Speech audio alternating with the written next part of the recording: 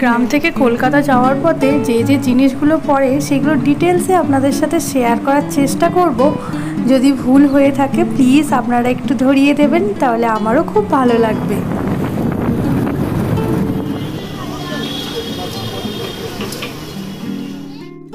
নমস্কার, ভিলেজ ফেরি ব্লগে আপনাদের সবাইকে স্বাগত জানাই। কাছে দূরে যে যেখান থেকে আমার ভিডিওটা দেখছেন, আশা করি আপনি ভালো আছেন। ঈশ্বরের কৃপায় আমরাও ভালো আছি। আমি প্রিয়াঙ্কা, ওয়েস্ট বেঙ্গল থেকে বলছি। তো এখন বাজে 10:30। এখন থেকে আমরা জার্নিটা স্টার্ট করছি, আর আমরা যাব সেই কলকাতা। যেতে আমাদের প্রায় 2.5 ঘন্টা 3 ঘন্টা লেগে যাবে। আর এই যে এখন বাপ্পা ধুলাগড়ে দাঁড়িয়েছিল, আমরা ধুলাগড়ে এখন যাচ্ছি। আগে ধুলাগড়টা জানেন 2 লেনের রাস্তা ছিল। এই 10 বছর হলো এরকম 4 লেনের রাস্তা হয়ে গেছে। আসলে 4 লেনের রাস্তাটা 10 বছর নয়, ওপরে যে হাইওয়েটা দেখলেন ওটাই হয়েছে এই 10 বছর হলো। আগে তো ভীষণ জ্যাম হতো, ওই হাইওয়েটা হয়ে যেতে খুব সুবিধা হয়েছে। এতটা জার্নিয়ে চাইলে কিন্তু গাড়ি ভাড়া করা যেত, কিন্তু বাইকের মজাটা কিন্তু সম্পূর্ণ আলাদা। গাড়িতে বসে বাইকের মজা কোনো দিন পাওয়া যায় না। এই যে ওপরে সাবওয়েটা দেখছেন, এটা টোটাল গিয়ে একদম কোনা হাই রোডে মিশেছে। অনেকটা লং জার্নি। যারা আন্দুল বা আলামপুর যেতে চায় তারা এই ওপরের লেনটা না ধরে নিচের লেনটা ধরবেন। ওপরের লেনটা ধরলে কিন্তু অনেকটা দূরে গিয়ে তারপর কাট আউট পাবেন। যাওয়ার পথে আমাদের এখানে একটা ভালো সুন্দর হাট বসে, তো চলুন সেইটা আপনাদের সাথে আগে দেখাই। এই যে বড় বড় বিল্ডিংগুলো দেখতে পাচ্ছেন, এইটা হচ্ছে অঙ্কুরহাটির হাট। হাওড়ায় যেরকম মঙ্গলা হাট আছে, সেই হাটটা কিন্তু এখন এই অঙ্কুরহাটিতে চলে এসেছে। প্রত্যেক বৃহস্পতিবার আর শুক্রবার বসে। আবার জানেন হাটটা 2 ধরনের, মানে এক জায়গায় আছে 12টা সেটের আর কি নিতে হয়, আর এক জায়গায় আছে আপনি খুচরো কিনতে পারবেন। কিন্তু এই হাটে অনেকটা দাম কম হয়, আমি এসে দেখেছিলাম। এই হাটটা সকাল 10টা থেকে রাত 8টা পর্যন্ত খোলা থাকে। জার্নিংটা আমাদের অনেকটা বড়, কিন্তু ভিডিও আকারে আপনাদের ছোট ছোট করে দেখাতে হবে, না হলে তো 2.5 ঘন্টার ভিডিও বানাতে হবে, তাই না? তো আমরা আছি এখন কোনা হাই রোড। এই যে কোনা হাই রোডের ইন্টারন্যাশনাল স্কুলটা আছে, গোল একটা ঘোড়া পড়ে, মোড় পড়ে, মোড়ের পরেই ইন্টারন্যাশনাল স্কুলটা পড়ে। তো এবার চলুন কোনা হাই রোড পেরিয়ে সাঁতরাগাছির উদ্দেশ্যে এবার রওনা দিচ্ছি। সাঁতরাগাছি এবারে আমাদের এখানকার মেন জংশন হতে যাচ্ছে, তাই প্রচণ্ড জ্যাম এখন থেকেই লেগে আছে। তাই ফ্লাইওভারের কাজ শুরু হয়েছে। এই যে ফ্লাইওভারের কাজগুলো যখন শুরু হয়, এটা কিন্তু অনেক দিন ধরে চলে। যখন ফ্লাইওভারের কাজগুলো শুরু হয়ে মাটির খোঁড়া চলে, এই যে রাস্তার ওপরে কিছুদিন পরে যখন বর্ষাকাল আসবে না, পুরো রাস্তা কাদা মাটিতে ভরা হয়ে যাবে। 4 চাকা বা 2 চাকা যে কোনো গাড়ির ক্ষেত্রেই প্রচুর প্রবলেম হয়, প্রচণ্ড স্লিপ করে জানেন। এই ফ্লাইওভারটা হওয়ার জন্য কাছাকাছি অনেক মানুষের ঘর বাড়ি ভেঙে গেছে। আমরা যখন রাস্তা দিয়ে যাই দেখতে পাই বাড়ির অর্ধেক অংশ প্রায় ভেঙে গেছে, মানে ভেঙে ফেলেছে আর কি। তো আগে যেরকম হাওড়া জংশনটা আমাদের ছিল মেন জংশন, যেখানে সবথেকে বড় বড় যে দূরপাল্লার ট্রেনগুলো ঢুকতো, যেগুলো বাইরের ট্রেন ওখানে আসতো। এখন এই যে নতুন করে তৈরি হচ্ছে সাঁতরাগাছিটা, বড় করে স্টেশন তৈরি হচ্ছে। এখন তৈরি হয়নি, মানে কিছুদিন পরে তৈরি হয়ে যাবে। যত বাইরের ট্রেন আছে হাওড়ায় আর দাঁড়াবে না, সব এসে সাঁতরাগাছিতেই জংশনে দাঁড়াবে। তো সেটা তো আপনারা দেখতেই পাবেন পরবর্তীকালে। আর সাঁতরাগাছি থেকে পেরিয়ে যাওয়ার পর এরকম একটা ঝিল পড়ে। এই ঝিলটার নামটা কি আমার জানা নেই, কিন্তু ঝিলটা একদম মাটি অর্ধেক ভরে ফেলেছে। ভাবুন তো আমরা পরিবেশের কত ক্ষতি করছি। এই যে কত মাছ এখানে ছিল, আমরা দেখে আসছি বড় বড় মাছ এখানে চাষ হতো, কিন্তু মাটি ফেলে একদম পুরো অর্ধেক করে ফেলেছে। কেন না রাস্তা হবে।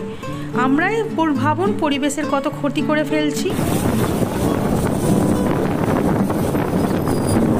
সাঁতরাগাছি থেকে বেশ কিছুটা যাওয়ার পর কিছু স্টপেজ পড়ে, তারপরেই হচ্ছে টোল ট্যাক্স।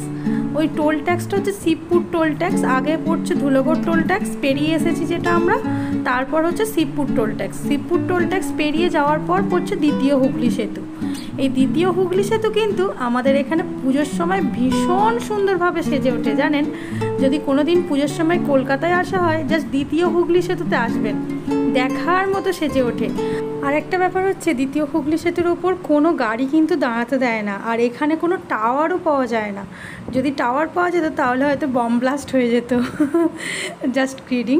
তো এটা এমনিভাবে নেবেন। আর যদি মনে হয় ছবি তুলবেন, পুজোর সময় এসে জাস্ট একটা টুক করে সেলফি নেবেন, নেওয়া যেতে পারে, আমরাও নিয়েছি। তো কিছুটা আসার পর ভাবলাম এবার রেস্ট করি। ওই যে সামনে এই রাস্তা দিয়ে এসেছি, আর ওই দূরে দ্বিতীয় হুগলি সেতুটা দেখা যাচ্ছে। এরপর আমরা ঢুকে যাব খিদিরপুর। খিদিরপুর আসলে পিটিএস হয়ে এসেছি, এবার খিদিরপুরে ঢুকবো। আর খিদিরপুরের ভীষণ ঘিঞ্জি, মানে ছবি তোলা বা ভিডিও ক্যামেরা করা খুব প্রবলেম হয়।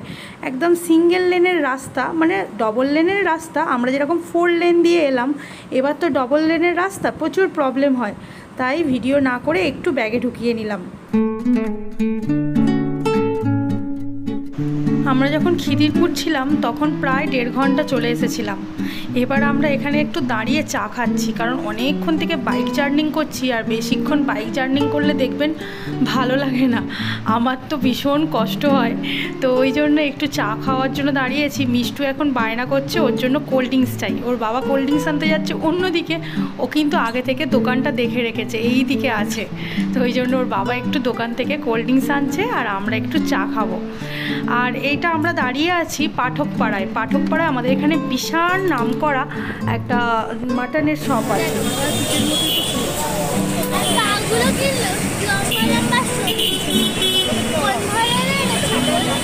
কোন ধরনের ছাগল আমিও জানি, তাই না?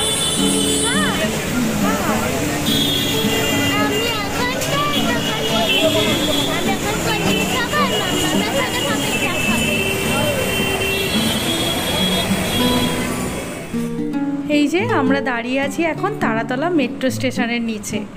যদি মেট্রোটা তৈরি হয়ে যায় না পুরোপুরি ধর্মতলা পর্যন্ত, ধর্মতলা যেতে জাস্ট 5 মিনিট কি 10 মিনিট সময় লাগবে। এখন তো তারাতলা পর্যন্তই মেট্রোটা হয়ে আছে। শুনলাম এর পরের মাস থেকে নাকি মাঝেরহাট পর্যন্ত স্টেশনটা শুরু হয়ে যাবে। যদি শুরু হয়ে যায় তো খুব ভালো হবে।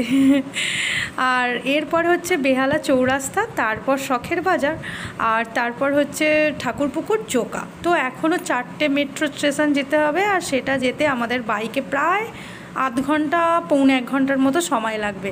তারপর আমরা বাড়ি পৌঁছাবো। আসলে জার্নিংটা অনেকটা, জ্যাম পেয়েছিলাম, তার জন্য প্রায় 3 ঘন্টা সময় লেগে যাবে আমাদের বাড়ি যেতে যেতে।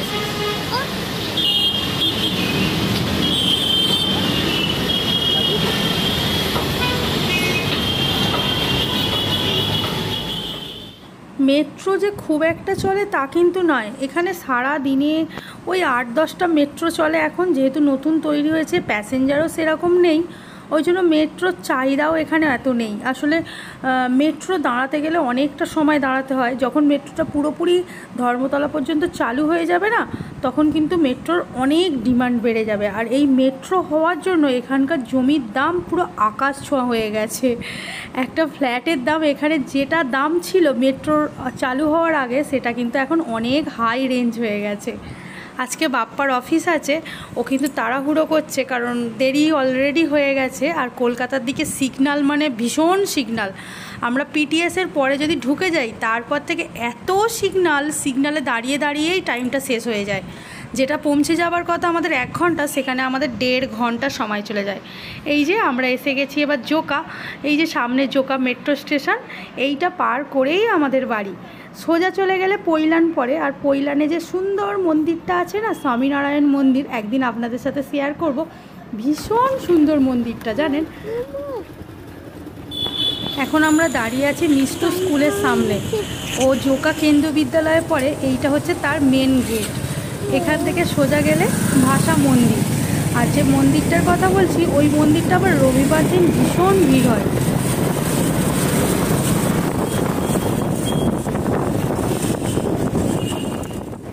এই যে কথা বলতে বলতে বাড়ির রাস্তায় ঢুকে গেলাম। সেই চেনা রাস্তা, সেই চেনা গাছপালা, সেই উঁচু উঁচু বিল্ডিং। কোথায় গ্রাম ছেড়ে কোথায় শহরে এলাম। সেই সুন্দর পরিবেশকে ছেড়ে এবার ধোঁয়াপূর্ণ একটা বদ্ধ পরিবেশে আমরা এসে হাজির হচ্ছি। কিন্তু চাকরি সূত্রে আমাদের আসতেই হবে, এটা আমাদের কিছু করার থাকে না। আসলে যার যেখানে চাকরির পোস্টিং থাকে সেখানে তো যেতেই হবে। আমাদের তো 5 বছর ছাড়াই চেঞ্জ হয়ে যায়। তো আমাদের চলে যেতে হয়। তো চলুন এবার বাড়ি ফেরা যাক।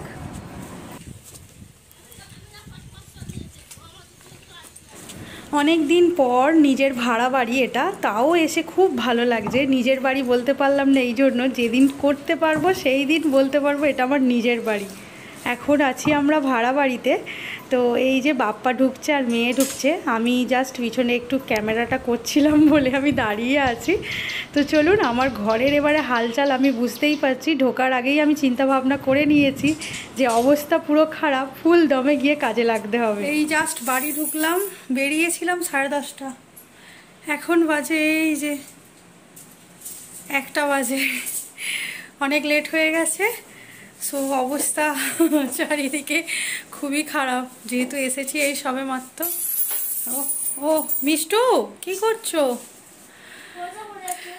আগে দাঁড়ান, আগে জানলা দরজাগুলো একটু পর্দাগুলো খুলি, ঘরটা একটু আলোকিত হোক, না হলে যা অবস্থা হয়ে গেছে দেখে কান্না লাগবে।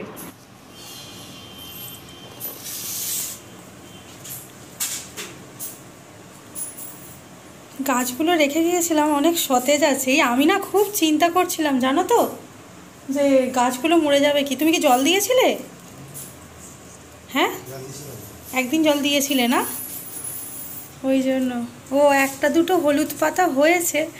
আমার এইগুলোর জন্য খুব সত্যিই চিন্তা হচ্ছিল। ছাদের গাছটার কি অবস্থা কি জানি। এখন সব পরিষ্কার করতে হবে। তো এখন সব পরিষ্কার পরিচ্ছন্ন করতে হবে। এখন আর ভিডিও করার একটু সময় নেই।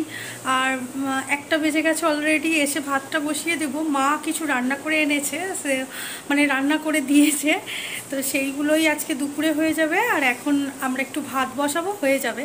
স্নান টান হয়নি, এবার সব হবে। কত টাইম লেগে গেল, অনেকটা টাইম লেগে গেছে। আসলে আমাদের বাড়ি থেকে আসতে বেশ কিছুটা সময় চলে যায়। হ্যাঁ বলো, তুমি এসেই কেন ওই সবগুলো করছো? চান টান করো আগে। বাপ্পা অফিস যাবে, ওরকম করে না। তো বাপ্পা অফিস যাবে, ওকে আগে রান্নাটা রেডি করে দিই। রেডি বলতে শুধুমাত্র ভাতটা করব, গ্যাসটা পরিষ্কার করে ভাতটা আগে করে দিই। সো দেখা হবে আপনাদের সাথে নেক্সট ব্লগে। হয়তো জার্নিংটা আপনাদের খুব ভালো লেগেছে, আর যদি ভালো লাগে প্লিজ লাইক করে সাবস্ক্রাইব করবেন। টাটা, বি হ্যাপি, সবাই হাসতে থাকুন। টাটা, দেখা হবে নেক্সট ব্লগে। বাই।